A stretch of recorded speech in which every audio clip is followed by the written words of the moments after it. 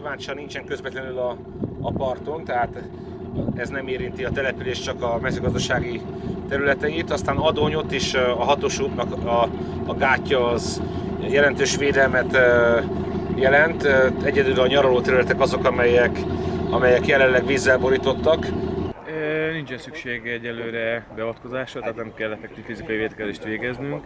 Ez attól fog függni, hogy a zárhullám tetőzési időszakában milyen olyan jelenségek lépnek fel, amelyeken védekeznünk, ilyen szivárgás, csurgás, buzgár, de vízügyi igazgatósággal közösen védekezünk, hogyha szükséges.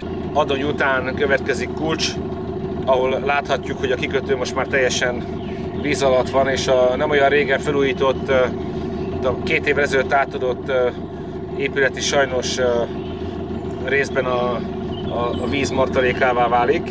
Önkéntesek is voltak, meg közmunkások is voltak, nagyon sok segítő volt, amire szükség volt, hogy idáig minden megoldott.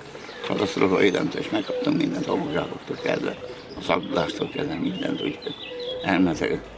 Nagyon szépen ment idáig, minden nap kapunk elhangzást, végignézik, segítenek, tegnap mindent volt, a kormányon indítottuk, az is most itt van az országgyűlési képviselő, de tényleg bármi van, mindenben segítünk. Aztán jön Rácalmás, ahol most vagyunk, és Rácalmáson is elsősorban a sziget az, ami veszélyben van. Körülbelül 300 hektár, elég értékes és jelentős vadállománya volt a szigetnek mostanáig. Tehát körülbelül 80 disznó, nem tudjuk, hogy mennyi malac, és körülbelül 50 ősz. Ez mind a hús, mind a trófaértéket tekintve igen jelentős érték anyagilag is, úgyhogy a vadásztársaság tagjai folyamatosan végzik a mentést. Mi szerdán délután voltunk együtt bent Józsival a szigeten, amikor bementünk délután a szigetre, akkor még a hídon be lehetett menni, visszafele már 20 centis vízen jöttünk keresztül a terepjáróval. Akkor a sziget legmagasabb pontjára vittünk bennivalót, mert abban reménykedtek a vadászok, hogy oda összegyűlnek a vadak, de hát nem sikerült ez sajnos.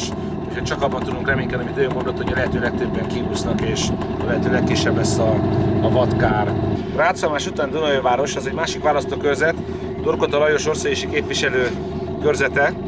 Ő egyébként kormány megbízottként szinte egész nap kint van a területen, kint van valamennyi településen az egész megyében, hiszen ő a megyei védelmi bizottság elnöke is. Ma vasárnap van. Kedden kezdtük a felkészülést a rendkívüli védelmi bizottsági ülésen. 7-es települést érint Fejér megyében az árvíz. Egészen Erzsitől Baracsig felkészültünk. Tegnap befejeztük a munkák jelentős részét. Egyedül egy településen, Kisapostagon védekezünk ma még. Ott 37 ingatlanban 90 ember él, és úgy döntöttünk, hogy nem telepítjük ki őket, hanem megvédjük. Nagyon sok önkéntes jelentkezett, kezdve Varga Gábor parlamenti képviselőcsapatánál, Teszeli Zoltán, Piske polgármestere is csapatokat ígért nekünk, Cséfalvai Zoltán államtitkár úr is, vagy Kovács Zoltán, Veszprém megyei kormány megbízott. Az az igazság, hogy helyben meg tudjuk oldani a dolgot, mert Dunaújváros térségében is több százan jelentkeztek. Szakemberek irányításával végezzük a munkát. Reményeim szerint nem lesz gond. A tetőzés holnap délutáni órákban várható. Én megköszönöm minden katasztrófavédelmi munkatársnak, önkéntesek hosszú sorra jelentkezett. Most 31 tűzoltó érkezett Fejér megyébe, Makoni altábornagy úr küldte őket, nagyon köszönöm ezúttal is neki, és abban maradtunk, hogy őket kivezényeljük, és egy napos munkával meg tudjuk védeni. Egyébként holnap, tehát hétfőn délután várjuk a csúcsot, 5-6 nap még, amíg levonul az ár. Szakértők szerint a hétfői tetőzést követően még 4-5 nap a kritikus, tehát jövő hét péntek szombatig védekezni fogunk.